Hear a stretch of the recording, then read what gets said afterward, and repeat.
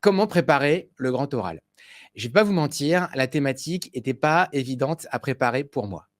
Tous les jours, vu notre métier que vous connaissez, hein, rendre les idées désirables, on a en face de nous des gens qui ont des projets à mener, qui ont des idées à développer, qui ont de nouvelles offres à vendre et qui ont compris que la manière de raconter ces idées, ces projets et ces offres est juste essentielle pour obtenir l'adhésion des autres. Et même souvent injuste. Pourquoi? Parce que parfois, un beau projet mal défendu ne gagne pas face à un projet moyen, très très bien défendu. Et quand le stress monte avant une prise de parole en public, il est fréquent d'avoir le sentiment que tout repose sur sa capacité à parler. Et donc, du coup, accentuer le regard que les autres posent sur nous. Comment on va juger la manière dont on se comporte, comment on va juger la manière dont on prend la parole. Et il y a une phrase que j'ai pris l'habitude de partager et qui fait beaucoup de bien, c'est n'oubliez pas qu'avant une prise de parole à fort enjeu, ce n'est pas vous qu'on juge, c'est votre idée. Ce n'est pas vous qu'on juge, c'est votre projet. Et je trouve cette phrase très puissante parce qu'elle amène à prendre en compte le fait que, au final, c'est moins mon image sociale qui compte que l'opinion personnelle que je suis en train de développer. J'ai une partie de mon cerveau qui est là pour gérer mon image sociale. Et heureusement, pour éviter de me ridiculiser en public, par exemple. En revanche, cette, cette attention totale à pourvu qu'on ne se prenne pas sur moi, pourvu que je puisse correspondre à l'image que j'ai envie de renvoyer, cette attention que l'on porte à l'image sociale nous empêche d'être pleinement au service de notre idée. Quand on est en mode opinion personnelle, c'est plus notre image qui compte. C'est simplement de présenter le plus juste possible le fruit de notre travail. En revanche, effectivement, ce sentiment qu'on est jugé, hein, c'est ce que l'on traîne souvent depuis l'école primaire et que pour les plus assidus d'entre vous, vous m'avez souvent entendu évoquer, c'est le fameux syndrome du bon élève. On vient présenter un projet qui est important pour nous, on a travaillé, on sait qu'on n'est pas là par hasard. Et pourtant, on a du mal le jour J à se retirer de l'idée que l'on vient parler devant nos patrons, nos clients, nos collègues, nos collaborateurs, avec le sentiment qu'ils sont en train de nous juger. Pourquoi cette thématique était particulièrement pas évidente à préparer, c'est que dans le cadre d'un grand oral, c'est précisément vous qu'on juge. Alors bien sûr, on peut tordre un peu l'exercice en disant que ce sont vos connaissances qu'on va évoluer, la structure de votre propos qu'on va évaluer, votre force de conviction qu'on va évaluer. Mais à 17 ans, 18 ans, comment on peut dissocier la force de conviction et la rhétorique qu'on met peut-être en place plus ou moins spontanément, j'ai envie de dire instinctivement? Comment on fait pour décorréler ça de ce qu'on est vraiment? De la manière dont on se comporte, de la manière dont on veut être perçu par les autres. Et la réalité, c'est que oui, effectivement, c'est très compliqué. Et que l'exercice du grand oral dans son ensemble, que ce soit celui du bac, comme de vos examens de fin d'études, comme de passage et de changement de grade dans votre entreprise, est un exercice compliqué parce qu'il est totalement asymétrique. Vous ne pouvez pas jouer avec la balance d'exigence en considérant que oui, bien sûr, ils attendent des choses de vous, mais que vous, vous attendez des choses d'eux. Non, vous êtes face à un public qui attend et qui est très exigeant vis-à-vis de vous, et vous, l'obligation, en quelque sorte, de vous conformer à cet exercice. Et en fait, on peut aussi considérer que c'est un rituel de passage qui est juste et qu'il est nécessaire de passer. Pourquoi? Parce que toute notre vie, on va le faire. Donc, est-ce que, du coup, ayant dit tout ça, pourquoi infliger ça aux étudiants? Parce que plus tôt on s'y confronte, plus tôt on apprend à le faire. Plus tôt on s'y confronte, plus tôt on découvre ce que l'on est.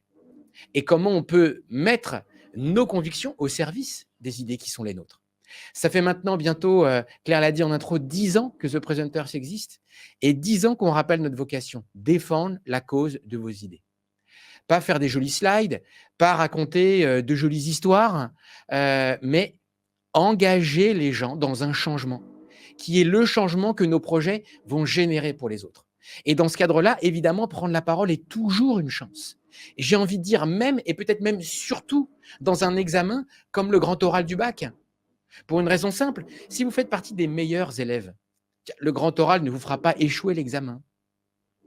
Si vous faites partie de ceux qui n'ont rien travaillé, le grand oral ne vous fera pas réussir l'examen. En revanche, oui, pour ceux qui ont manqué d'aisance, pendant l'année, pour ceux qui ont raté quelques éléments en termes de complexité, d'appropriation de connaissances. Cet oral qui consiste d'un seul coup à se dire ce qui compte, c'est pas ce que j'ai appris, mais ce que je m'apprête à en faire. Je trouve que c'est une chance assez inédite que l'éducation nationale donne. Un, pour poser les bases du personnage public qu'on a envie de devenir dans la vie, et surtout pour commencer à travailler dès le lycée, un exercice qu'on fera tout le reste de notre carrière, à chaque fois qu'on aura à rendre compte, à chaque fois qu'il faudra aller chercher un budget, à chaque fois qu'on aura envie de changer d'entreprise ou de poste. Et finalement, vous m'avez entendu parler, c'est aussi un épisode de fin de saison, de beaucoup de méthodologies qu'on a mis en place. The Presenter, c'est un modèle de développement, la pleine confiance, avec un outil de stratégie narrative, le Hub Story, tout un ensemble de process qu'on a développé pour le coaching et l'accompagnement conseil. Mais finalement, si on retire la couche outil qui est juste indispensable pour se préparer, vous retrouvez toujours les mêmes conseils. Répétez, répétez, répétez. Plus tôt on commence l'exercice, plus tôt on apprend à gérer ce qu'on ressent, mieux on le gère. Plus tôt on apprend à gérer ce temps de préparation qui n'est pas facile parce que le stress monte en même temps que le temps de préparation se réduit. Plus on apprend à gérer ça, plus on saura le faire toute notre carrière. Et ça va être le cœur du conseil que je vais vous donner aujourd'hui et que vous allez pouvoir donner soit à vos enfants, parce que d'un seul coup, vous êtes là en tant que parent inquiet par l'examen que vos enfants ont à préparer ou vont avoir à préparer, ou pour vous, parce que globalement, effectivement, on peut avoir le sentiment qu'on a régulièrement un grand oral à passer et qu'il faut savoir s'y préparer. Alors, la thématique d'aujourd'hui, elle va se centrer évidemment sur cette épreuve qui, pour moi, est complètement inédite. Pourquoi ? Parce qu'il est clairement écrit dans les règles de l'examen qu'on va mettre l'accent sur la conviction, sur la construction du propos. Comme je vous l'ai dit il y a quelques minutes, on ne s'intéresse pas aux connaissances de l'élève, en tout cas, on s'intéresse moins aux connaissances de l'élève que comment il joue avec, que comment il s'intéresse à ce que ça provoque ou à ce que ça a provoqué, à ce que l'élève, non pas sait, mais s'apprête à faire de ce qu'il a appris à savoir. Alors, pour ceux qui ne sont pas au point, ce qui est important, c'est que pour se préparer à un oral, autant savoir un peu comment ça fonctionne. Et si vous avez en optique, par exemple, des grands oraux pour vous, pour monter, par exemple, passer un grade, devenir manager, devenir cadre B+, A+, je ne sais pas quel est le nom des nomenclatures d'échelle dans vos entreprises, mais vous aurez toujours, en général, un grand oral avec des règles très particulières. Quand je dis que l'oral, le grand oral du bac est assez inédit, c'est que je trouve que les consignes sont plutôt très, très, très intéressantes. Déjà, l'élève vient avec 2 questions qu'il a préparées, qui sont liées à ses spécialités, soit en filière générale, soit en filière technologique, et 2 questions qu'il valide et prépare avec son professeur tout au long de son année. Et ensuite, l'étudiant vient au-devant de son jury, donc 2 professeurs, avec les 2 questions, et le jury se met d'accord pour choisir une des 2 questions. À partir de là, on a 20 minutes de préparation, donc évidemment, on vient sans notes à l'examen, et on a 20 minutes pour remettre en ordre ces notes sur une feuille de papier. Feuille de papier qu'on a le droit d'utiliser, donc, comme dans la vie. J'ai tout le temps, n'hésitez pas, Claire vous l'a dit, notez les questions. Si ce qui vous intéresse, c'est plus vous, votre grand oral, que celui des étudiants, n'hésitez pas à poser les questions systématiquement. Je vais garder un temps pour répondre aux questions à la fin. Mais on me demande souvent, est-ce que j'ai le droit à des notes ? Bien sûr que vous avez le droit à des notes. Le problème, ce n'est pas les notes, le problème, c'est l'usage des notes. Et là, c'est parfait parce que dans l'examen, l'usage des notes, il est clairement écrit. Vous avez le droit à des notes, vous ne pouvez pas les lire, vous ne pouvez pas les faire lire. Oui, parce qu'on est d'accord qu'on n'est plus dans un exercice de prise de parole qui engage les gens qui m'écoutent.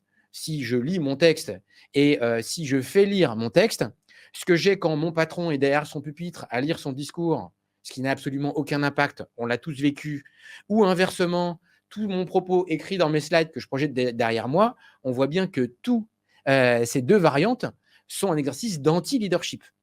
En revanche, d'avoir des notes que je vais pouvoir utiliser si besoin et que bien souvent, parce que je les ai utilisées, je n'en ai plus besoin quand je suis en train de parler, l'usage est parfait. Donc là, on a une consigne sur les notes qui, pour moi, est parfait pour transposer l'exercice du grand oral du bac dans les prises de parole que vous pourrez avoir plus tard. Et ensuite, ce qui est intéressant, c'est qu'une fois qu'on a ces 20 minutes de préparation, le temps, donc il y a 20 minutes de prise de parole qui est assez codifié. J'aurais préféré que ce soit moi plus libre dans ma tête, mais c'est très intéressant qu'il y ait un cadre, parce qu'il y a un cadre qu'on peut en sortir. C'est qu'il y a 5 minutes qui sont dédiées du coup à poser la question pourquoi j'ai voulu formuler la question de cette manière et d'y répondre, hein. Donc là, on est dans un format très compact qui est assez proche dans un format de pitch pour ceux qui suivent régulièrement les épisodes de ces webinaires. On a ensuite un temps de 10 minutes où les deux professeurs vont interroger effectivement l'élève avec un temps d'échange sur la thématique qui a été choisie. Alors là, pour le coup, j'ai vu dans la liste qu'il y avait des professeurs. Ça m'intéresserait d'avoir votre avis et votre feedback sur tout ça. Mais oui, à un moment donné, les consignes sont données sur interroger comment l'élève a pris la thématique, mais je pense que c'est aussi un moment d'interroger la connaissance de l'élève et de voir s'il maîtrise bien ce dont il est en train de parler. Donc, à un moment donné, il y a quand même un exercice de maîtrise. Ce que vous avez dans vos grands oraux à vous, à un moment donné, si vous arrivez à une place dans l'entreprise, c'est bien parce que vous avez développé une expertise sur le sujet. Donc, ce temps me paraît normal. Et il y a ensuite un temps de 5 minutes qui permet d'étendre la question initiale pour essayer de faire le lien avec le projet d'orientation que l'élève a prévu d'avoir. Et ça, je trouve ça pareil intéressant parce que ce serait un projet de métier. On pourrait dire, ah, ça va, est-ce qu'à 17 ans, 18 ans, on sait vraiment ce qu'on veut être et ce qu'on veut devenir? Bien souvent, non. Et quand on le sait, on a largement le temps de changer, de découvrir plus tard ce qui va vraiment nous épanouir. En revanche, le projet d'orientation, il est concret. Quand les étudiants viennent au grand oral, ils savent déjà où ils ont postulé, où ils sont inscrits, voire même où ils vont déjà aller. Donc, être capable de connecter une thématique avec pourquoi j'en ai fait un choix central de mon orientation à venir, que ce soit parce que je suis sûr de ce que je veux ou parce que j'ai envie d'explorer certains aspects, moi, ce plan me paraît parfait. Alors, comment s'y préparer concrètement? Je vous propose un plan en 3 parties et je vais, excusez-moi, en profiter pour me moucher. On aura eu tous les incidents possibles, imaginables sur cet épisode de fin de saison. En fait, ce que je vous propose, ce n'est pas un plan qui est lié à la méthode, c'est le plan qui est lié à l'ordre de la préparation. Comment se préparer en amont? Et ça, on est bien d'accord que normalement, attention à la précaution, normalement, les candidats au baccalauréat travaillent ça depuis bien plus longtemps que le dernier mois. Là, on va entrer dans le dernier mois. Normalement, les questions, elles sont posées, elles sont préparées. Donc, on ne retire rien à la préparation qui est faite en amont. En revanche, on sait tous, pour s'y être confronté à ce type d'examen, que le dernier mois, la manière dont on se questionne, le moment où d'un seul coup, on transforme un stress qui peut être inhibant en effectivement une énergie qui nous permet dans les derniers mètres de préparer ce qu'on a à préparer, bah ouais, le dernier mois compte. Et comment on peut s'organiser pour muscler et répéter la mécanique qu'on va utiliser. Ensuite, on va apprendre à gérer et j'ai agrégé quelques éléments qui font, voilà, dans ce mois, comment on fait pour petit à petit gérer que plus ça va, moins on a de temps pour se préparer et en même temps, plus le stress monte lié à l'événement. Comment on peut apprendre à gérer tout ça? Et puis, je garderai un petit temps sur, quelque part, comment profiter pleinement du jour J. Alors, j'aime bien le mot profiter parce qu'il sous-entend qu'on peut y prendre plaisir. Ouais, globalement, vous ne prendrez pas de plaisir. Enfin voilà, vos enfants ne prendront pas de plaisir et vous-même, avant l'entretien pour votre passage de grade, les 5 dernières minutes avant de commencer et le temps pendant, il y a quand même peu de chances que vous soyez dans le Yahoo, qu'est-ce que c'était génial et fun. En revanche, on peut se préparer à vivre pleinement ce jour J. Déjà pour être pleinement là et surtout pour en prendre pleinement les apprentissages pour s'améliorer la prochaine fois. Alors, grand 1, comment se préparer en amont? Déjà, il y a une consigne et j'ai insisté sur le fait que cet oral était assez inédit et j'ai déjà eu l'occasion d'en parler. C'est le fait d'avoir 2 questions à poser. C'est super innovant. Pourquoi? Parce qu'en général, je l'ai dit en amont, l'examen, c'est un exercice de bon élève. Je vous pose la question, vous venez avec la réponse et puis on va juger si vous savez de quoi vous parlez ou pas. Le fait de choisir la question donne le pouvoir à l'élève et un pouvoir qui est loin d'être négligeable puisque c'est le pouvoir pour moi de donner un angle à ma prise de parole. Et je suis allé voir en préparant cette conférence et ce webinaire quelques exemples de questions qui sont proposées aux élèves et j'ai trouvé des questions qui peuvent être super intéressantes à traiter. Par exemple, le scénario Jurassic Park est-il crédible? En bio, ouais, je vois les connexions que l'on peut travailler quand on a des bases de génétique et qu'on a envie de raconter ça de manière décalée et fun. Peut-on faire pousser des pommes de terre sur Mars? bah, pour peu qu'on soit un peu fan d'aéronautique, comme moi je peux l'être, et qu'on ait vu Seul sur Mars, bah, non seulement on peut mettre en place les connaissances que l'on a vues pendant l'année, et en plus utiliser notre film préféré. Si on peignait en blanc tous les toits et toutes les routes, ferait-on baisser la température de la Terre? Alors là, moi, c'est un petit peu loin le lycée. A priori, ils ont toutes les équations pour calculer tout ça, mais ça me rappelle deux choses. Ça me rappelle un bouquin qui avait fait un petit peu de buzz, qui était Comment préparer l'entretien pour entrer chez Google. Et effectivement, ce livre a une petite dizaine d'années de mémoire. Et c'était intéressant parce qu'effectivement, Google était réputé pour, entre guillemets, essayer de piéger les candidats avec des questions totalement inattendues. Mais le but n'était pas de les piéger. Le but était de tester non pas ce qu'ils savent, mais comment ils raisonnent à partir de ce qu'ils savent. Et encore une fois, on est au cœur de l'exercice. Si vous n'avez pas super bien révisé, si vous vous sentez piégé par une question, le grand oral vous donne l'opportunité, en fait, de minimiser ce que vous ne savez pas pour montrer comment vous raisonnez avec ce que vous ne savez pas. Et ça, je trouve ça super intéressant. Pour en finir avec les entretiens Google, il y avait une question, je crois, de mémoire qui était combien y a-t-il de poils sur un épagnol? Et évidemment, cette question paraît complètement absurde et on se sent piégé quand on ressent cette question, quand on reçoit cette question. Sauf qu'en fait, bah, s'il faut vraiment y apporter une réponse, bah, effectivement, à un moment donné, il était intéressant de voir que ceux qui s'en sortaient le mieux étaient ceux qui disaient bon, bah, on peut simplifier un épagnol à un cylindre, hein. Et puis, bah, si on se dit que par centimètre carré, il y a X poils et qu'on pense qu'un épagnol est un cylindre de 30 centimètres, bah, on peut évaluer le nombre de poils qu'il y a sur un épagnol.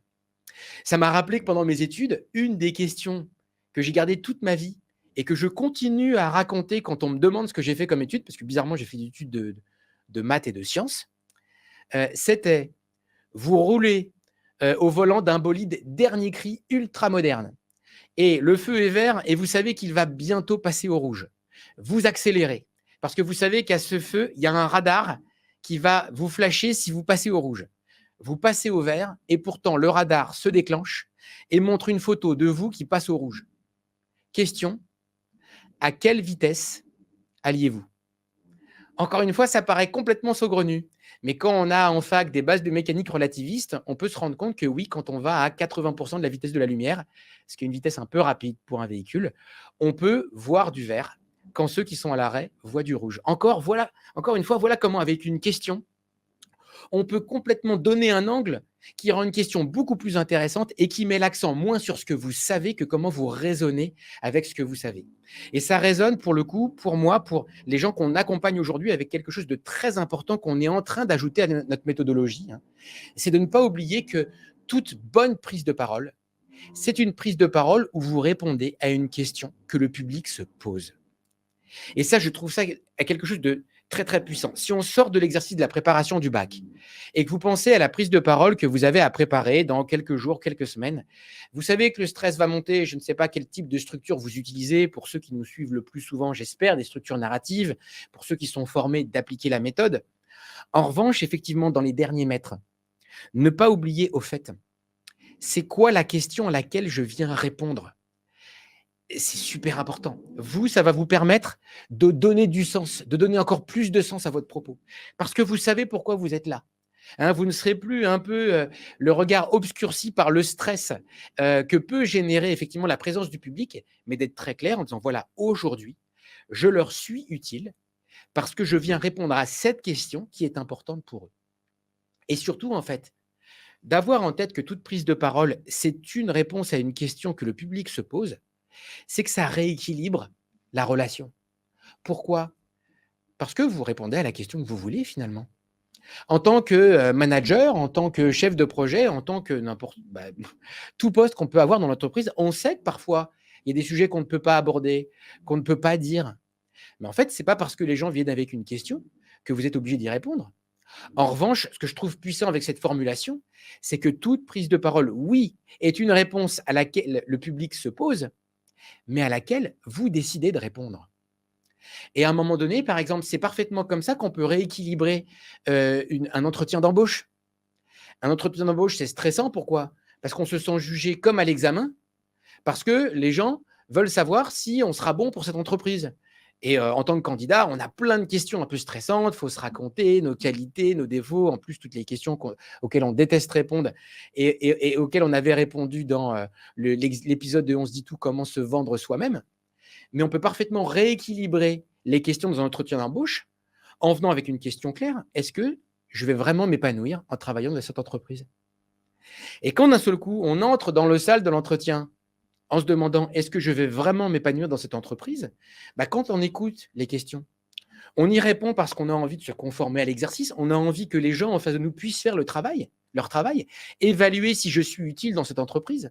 Et en même temps, ces questions et la manière dont mes réponses sont reçues me permettent d'évaluer moi-même si j'ai envie de rester ici, dans cette équipe ou dans cette entreprise.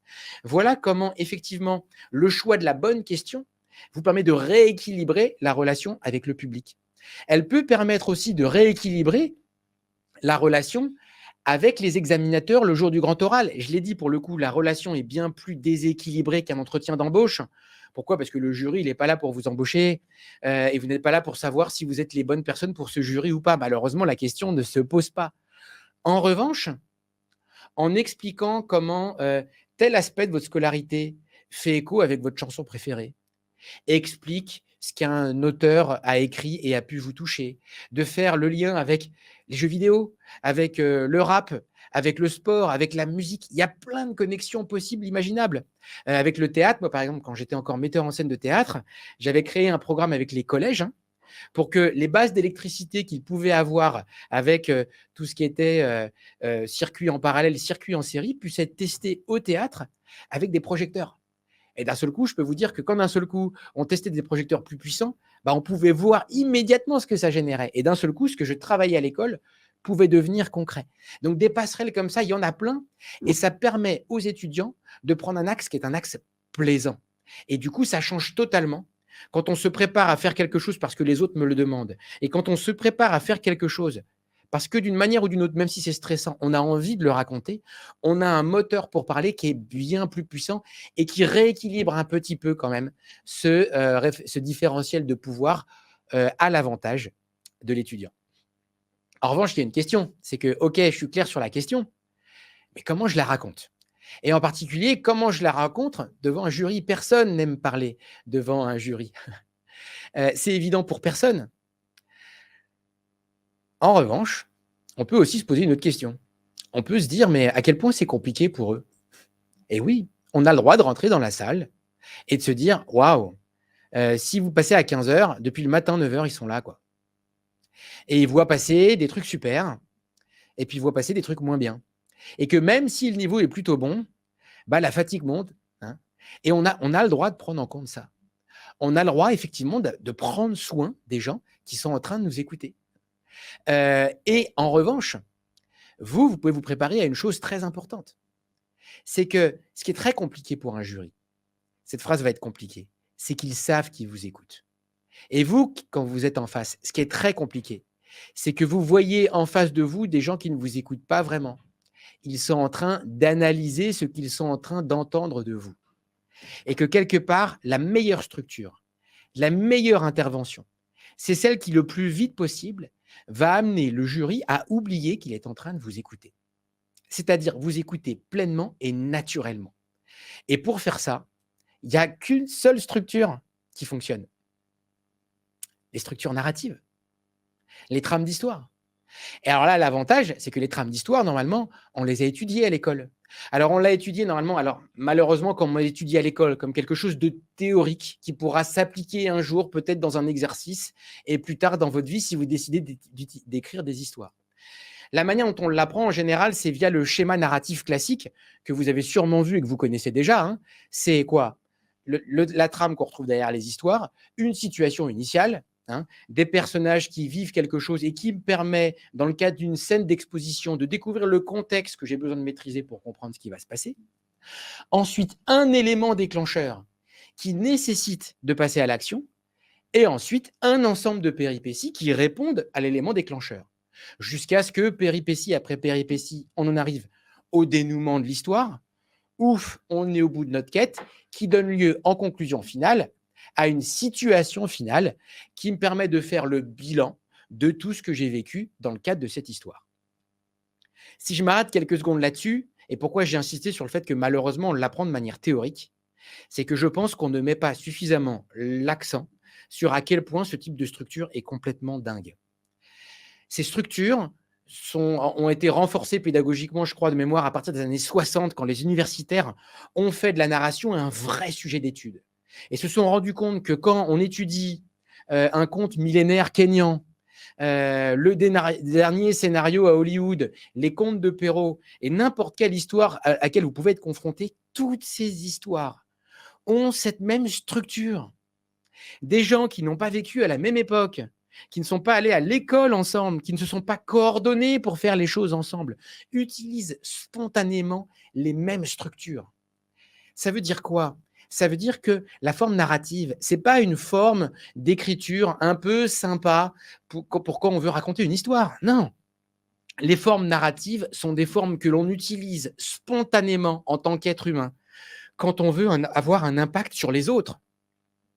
Et que mettre les schémas narratifs dans la tête des élèves au même étage que le schéma journalistique, que les trames thèse, antithèse, synthèse qu'on utilise dans les dissertations, c'est profondément faux, injuste et dangereux. On a beaucoup plus de capacité à faire bouger les gens quand on leur raconte ce qu'on veut changer, nous, avec nos histoires, que quand on essaie de leur démontrer que l'on a raison. Et ça, effectivement, ça a créé un outil qui est extrêmement puissant et que l'on utilise à tous les étages de nos stratégies narratives, qui a été inspiré par les 3 étages qui sont au cœur de l'histoire, hein, d'éléments déclencheurs, péripéties et dénouement, et que vous connaissez pour certains d'entre vous sous 3 noms: enjeu, enjeu, ah mince, pourquoi ça ne marche plus? Enjeu, action, conséquence. Enjeu, action, conséquence. Dans une histoire, ce qui rend intéressant l'action, précisément, c'est qu'il y a des enjeux très forts qui me sont donnés avant. Les raisons de l'action ne me sont pas données après pour justifier l'action ou pour démontrer que l'action est bonne. Elles me sont données avant l'action pour que l'action me paraisse évidente et nécessaire. Et ça, en termes de flot de parole et de construction rhétorique, c'est extrêmement puissant. Ma proposition n'est pas quelque chose dont je vais démontrer la nécessité. Euh, Mon action est quelque chose qui est indispensable. Mon projet est quelque chose qui est nécessaire. Et ça, vous pouvez l'appliquer et le mettre en l'épreuve dans vos films et vos séries préférées. Moi, c'est toujours le même, parce que pour moi, c'est mon basique de structure, de scénario et d'histoire d'aventure. C'est Indiana Jones. Quand Indiana Jones vit une épreuve, et on est bien d'accord que Indiana Jones vit épreuve après épreuve, hein, si je vous fais la synthèse des épreuves, Indiana Jones n'a aucun intérêt. Là, par exemple, au début, effectivement, il veut récupérer une pierre sacrée, sauf que du coup, il est poursuivi par les triades japonaises. Du coup, il prend un avion, il s'en sort de justesse, sauf que les pilotes sont au sol des triades et qu'il saute de l'avion en vol avec tous les parachutes. Du coup, il s'écrase sur une montagne, il s'en sauve de justesse, il se retrouve au milieu d'un village. Bon, je m'arrête là. Normalement, personne parmi vous n'a envie de regarder Indiana Jones. Ce film est saoulant. Pourquoi? Parce que je raconte action après action ce que je veux faire. Et souvent, c'est ce qu'on fait quand on dit, voilà, je veux mettre ce projet en place, il y aura tel dispositif qu'on va mettre en œuvre, on va former les équipes en mettant tel aspect, et puis on le déploiera commercialement avec tel modèle. C'est comme ça qu'effectivement, on finit par lasser l'écoute des gens qui nous écoutent. La structure narrative, qu'est-ce qu'elle nous dit? Vous voulez mettre en valeur l'action que vit le héros? D'abord, insistez pour les enjeux. Oui, à un moment donné, quand le héros arrive devant le pont qu'il doit traverser, comment on fait pour mettre des enjeux? Instinctivement, on sait tous le faire. On va mettre des crocodiles, on va mettre un précipice. C'est ce qui va faire que d'un seul coup, comme en plus il est poursuivi, hop, il se retrouve au milieu du pont et il doit trouver un moyen de s'en sortir.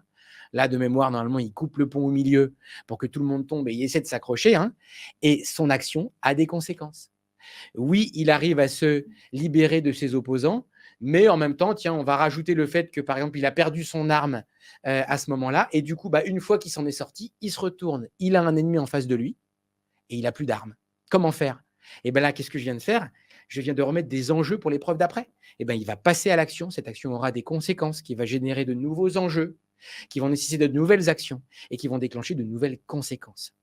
Ce lien de cause à effet que vous pouvez mettre dans vos prises de parole, dans vos interventions, en particulier dans le grand oral, c'est super puissant et il ne faut pas vous en priver. Appliqué au grand oral, en fait, pareil, vous arrivez avec une question. Pendant les 5 premières minutes, vous savez que vous allez devoir apporter une réponse à cette question. Donc, l'action, c'est la démonstration qu'il va y avoir au cœur. On est à l'école, on sait très bien que vous allez avoir une démonstration à faire. Si je reprends l'exemple de le scénario de Jurassic Park est-il crédible, il va falloir que je démonte ce qui se passe dans le film pour évaluer la crédibilité. Mais pour pouvoir raconter ça au service de mon histoire, va falloir que je sois capable de mettre des enjeux. Les enjeux de Jurassic Park, on peut utiliser les enjeux de la préservation de nos espèces. Si vous l'avez entendu, mais j'ai entendu qu'il existe des congélateurs géants où on essaie d'enregistrer le génome de plantes qui sont amenées à disparaître pour pouvoir un jour les ramener à la vie. Dans ce cadre-là, le scénario de Jurassic Park, oui, il est un petit peu à l'américaine, mais il est assez proche de choses qu'on est en train de vivre.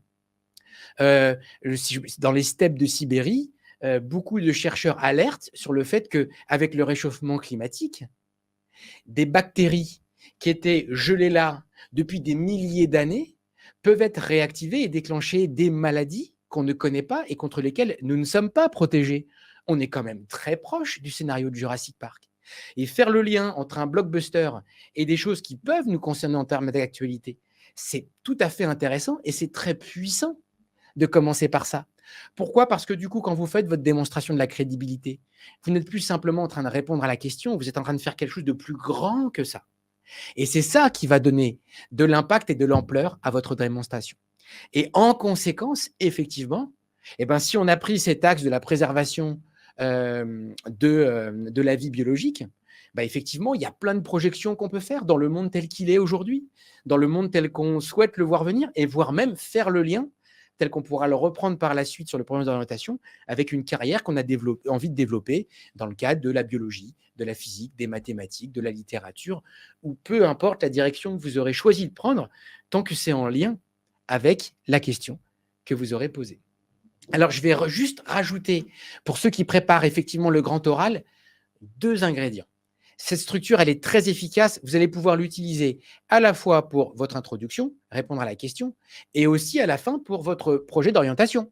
L'enjeu, c'est quoi ? Où vous en êtes aujourd'hui ? Quelles sont vos questions ? Quels sont vos doutes ? Action. Quelle orientation vous avez choisie ? Qu'est-ce que vous apprêtez à faire ? Et conséquences, quelle direction vous voulez prendre si vous connaissez cette direction ?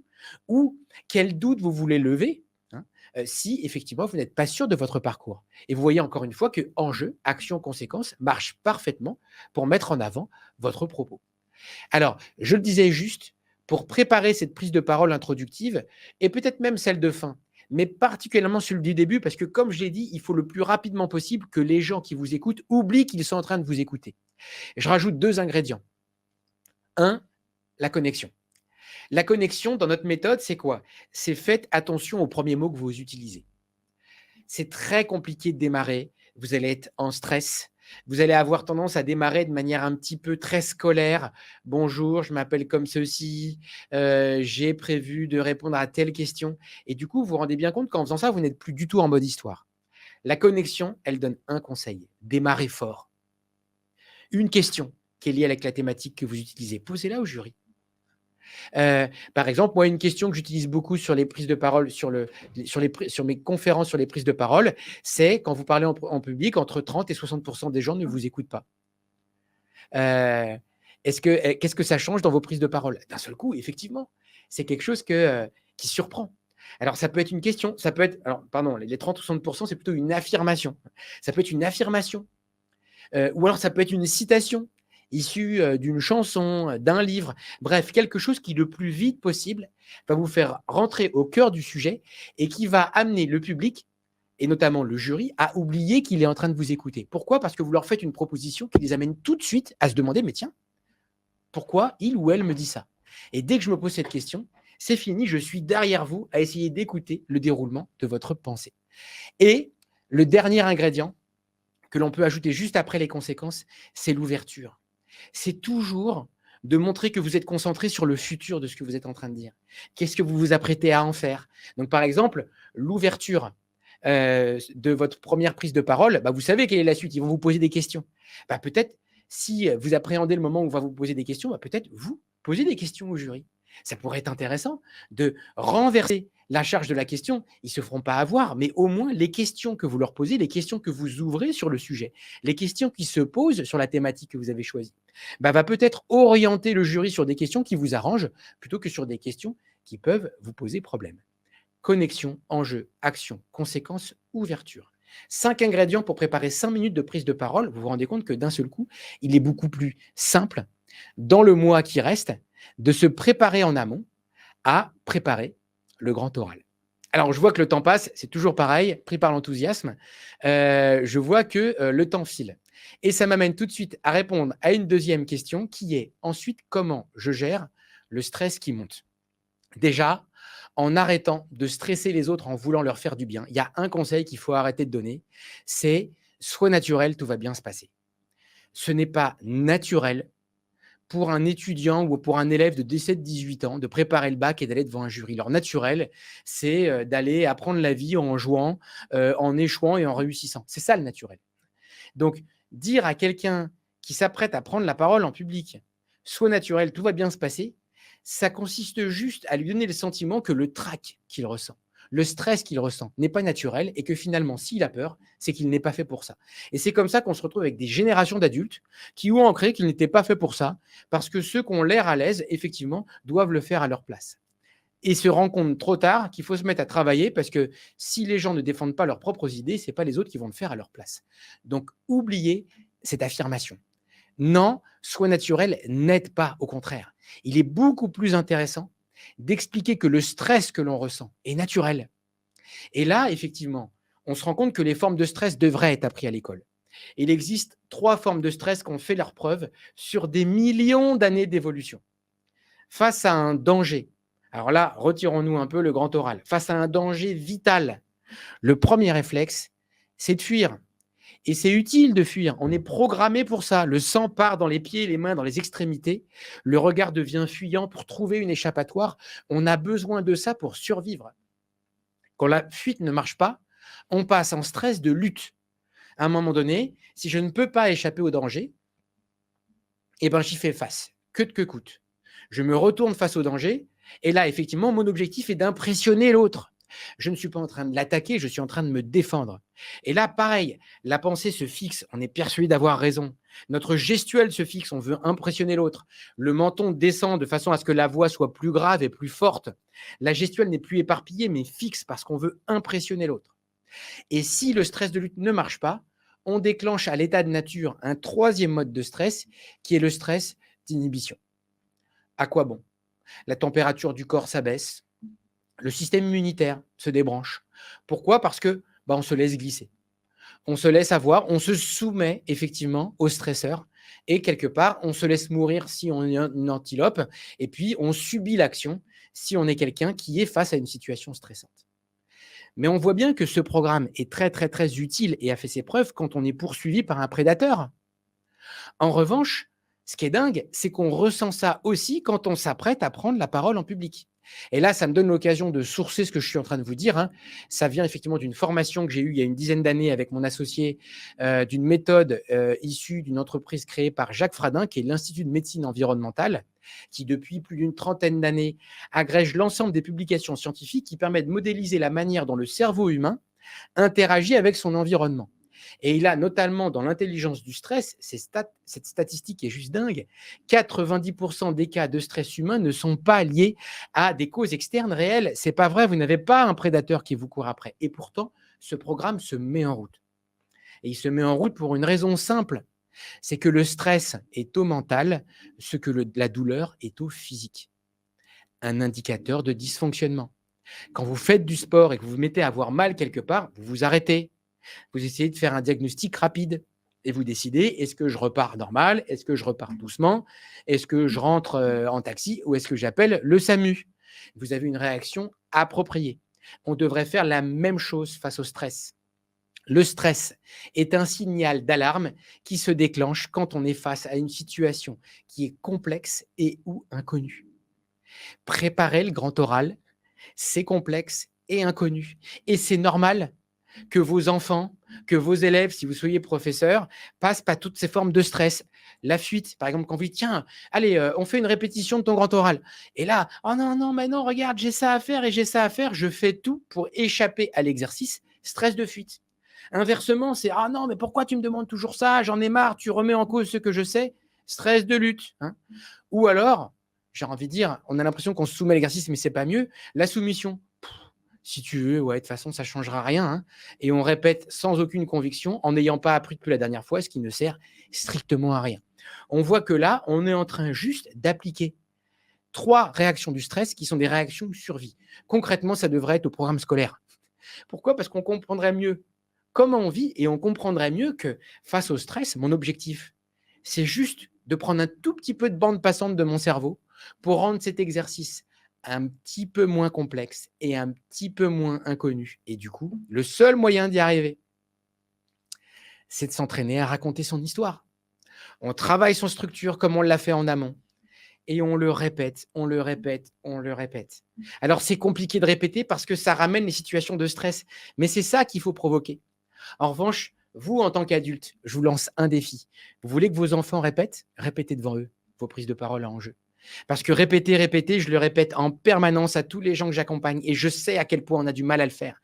Encore une fois, parce que répéter me met devant la situation stressante que j'essaie d'évacuer, dont j'essaie de me protéger. Soyez irréprochable. Vous dites, tu sais quoi? Je répète la présentation de mon appel d'offres et en échange, tu répètes ton grand oral du bac.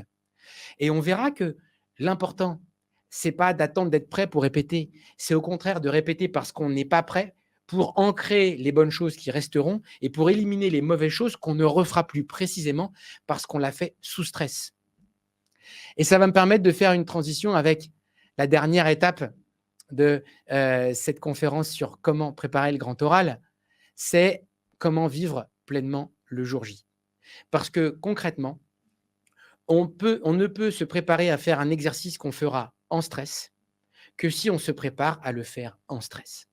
Le jour J, vous allez être envahi par plein de pensées, par plein d'émotions. Méfiez-vous de ce que vous allez ressentir. Le réflexe que l'on a en général, c'est d'imaginer le pire. Et vous allez tout le monde, les anciens élèves qui vont vous raconter les pires scénarios, des profs un peu vachards qui ont créé telles conditions, de la salle qui était faite comme ceci, comme cela, de tel étudiant qui s'est effondré en vivant ça. Mais dans la plupart des cas, c'est pas du tout comme ça que ça se passe. On passe notre temps à redouter des situations qui n'arrivent pas. La plupart du temps, les professeurs qui sont en face n'ont qu'une envie, c'est que ça se passe bien. La même chose dans votre vie de tous les jours. Quand vous préparez des prises de parole à enjeu, quand vous préparez vos réponses à appel d'offres, je sais ce que vous vivez. Ouais, ils s'en foutent, ils sont derrière leur ordinateur. Mais c'est pas vrai. La seule chose qu'ils attendent, c'est que cette prise de parole soit captivante et leur amène à dire mince, mais c'est génial ce qui est en train de se passer là, mais pourquoi ils sont en train de me dire ça? Et encore une fois, m'embarquer dans une histoire qui me donne envie de suivre ce qui est en train de se passer. Alors oui, à un moment donné, le grand oral, c'est peut-être la première fois que vous vivez un oral avec tellement d'intensité. Mais quand on a 17-18 ans, il y a tellement de premières fois qu'on a l'occasion de vivre qui nous hantent jusqu'à ce que ça ait lieu et puis après deviennent des choses de notre vie de tous les jours. Et oui, ces premières fois, il faut apprendre à s'y confronter. Et j'ai envie de dire, plutôt, c'est le mieux. Et c'est ce que vous vous apprêtez à faire. Vous allez découvrir ce que vous vivez en trac, sous situation de stress. Et là, ne préjugez pas de ce qui peut se passer. Vous allez le découvrir. Par exemple, j'ai repris cette anecdote parce que c'est ce que mon associé, j'en ai parlé sur la conférence sur comment monter en confiance quand on prend la parole. Mon associé, Bruno Clément, entre nous deux, c'est un peu l'extraverti de la bande. Oui, il dit oui, on ressent le trac avant de prendre la parole en public et le trac est une chance, mais c'est parce que je lui disais ça en tant que metteur en scène.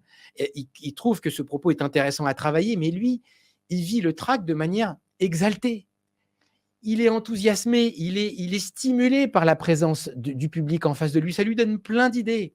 Donc finalement, lui, le trac, il ne le ressent pas vraiment. Et l'autre jour, il a pris la parole à un événement très important où il y avait beaucoup de monde devant lui au Hub Forum qui a lieu dans une salle très impressionnante avec un balcon. Et alors qu'il se sentait bien à quelques minutes de prendre la parole en public, hein, et ben, il a sa montre qui a sonné et qui lui a dit attention, Bruno, tu viens de passer les 120 battements par minute, alors qu'a priori, tu n'es pas en train de bouger. Sa montre l'alertait parce que son cœur battait anormalement fort alors qu'il n'était pas en train de bouger, il était assis dans un fauteuil. Ça vous montre bien que même si vous prenez l'exercice tranquille parce que vous êtes stimulé par l'exercice, vous avez en vous tous les stigmates que vivent que vivent tous ceux qui sont très perturbés par l'exercice, parce qu'ils vivent très mal le fait que leur cœur s'accélère, qui vivent très mal l'adrénaline parce qu'ils le voient comme une remise en cause de leur légitimité à faire l'exercice. Si j'ai peur, c'est que je ne suis pas bon. Si j'ai peur, c'est que je ne suis pas fait pour ça. Moi, inversement, je suis l'introverti de la bande. Moi, je sais que mon cœur bat à bien plus de 120 battements par minute et je sais que c'est très perturbant et que ça m'amène plein de pensées négatives qui me polluent. Et s'il se passe ça, et s'il se passe ça, et s'il se passe ça. Et ça, en fait, parce que j'ai fait l'exercice des centaines et des centaines et des centaines de fois, bah, j'ai juste appris à ancrer une chose. À un moment donné, j'ai une partie de mon cerveau qui n'oublie pas de me dire « Sébastien, n'oublie pas que tu sais faire. N'oublie pas que tu es prêt. N'oublie pas que tu as suffisamment préparé ce moment pour savoir que tu sais. » Et à un moment donné, savoir qu'on est tous en dessus dessous et on peut en être spectateur parce qu'on sait que ce n'est pas un indicateur de notre niveau de performance, parce qu'on sait que l'on est prêt. Ça vous donne une puissance qui est inouïe. Et ça, vous allez le découvrir en faisant. Et si vous doutez encore un peu qu'il faut réussir à faire avec la peur pour grandir avec la peur, bah, je vous repartage cette phrase d'un commandant du GIGN qui disait « De toute façon, n'oubliez pas que s'il n'y a pas de peur, il n'y a pas de courage. Si j'y vais tranquille, il n'y a pas de mérite. » Et que oui, les policiers d'élite qui s'entraînent en permanence et qui passent beaucoup plus de temps à s'entraîner que de temps à intervenir vraiment, le font pourquoi? Parce qu'ils savent pertinemment qu'ils auront peur le jour J. Et que s'ils n'ont pas peur, de toute façon, en général, ils ne sont pas sélectionnés dans le cadre de ce type de programme. Ils sont dangereux pour les autres. En revanche, ils savent qu'ils sont entraînés à agir avec la peur. Et c'est ça qui en font des gens qui sont très performants, comme on peut devenir une oratrice ou un orateur introverti très performant. En conclusion, voilà le plan que je vous propose. Répétez, répétez, répétez. La conclusion que je viens de vous dire, c'est oui, répétez. C'est parce que vous répétez que vous serez capable de faire avec le track. C'est parce que vous répéterez que vous saurez que même si vous avez le track, vous savez que vous savez quand même faire. C'est parce que vous aurez répété que vous aurez tous les bons réflexes de façon à vous concentrer sur votre histoire plutôt que vous concentrer sur l'enjeu. Ces conseils-là, oui, c'est utile quand on prépare le grand oral, mais ce sera utile dans toute la vie de tous les jours. C'est d'ailleurs au cœur du modèle de développement qu'on a créé, qu'on utilise et qui s'appelle le modèle de pleine confiance. Le modèle de pleine confiance, c'est quoi? L'objectif n'est pas d'apprendre à prendre la parole pour faire le spectacle, mais pour s'épanouir. Parce que prise de parole après prise de parole, je maîtrise mieux la narration de mes projets, je maîtrise mieux les émotions que je ressens et je maîtrise mieux la relation avec mon auditoire.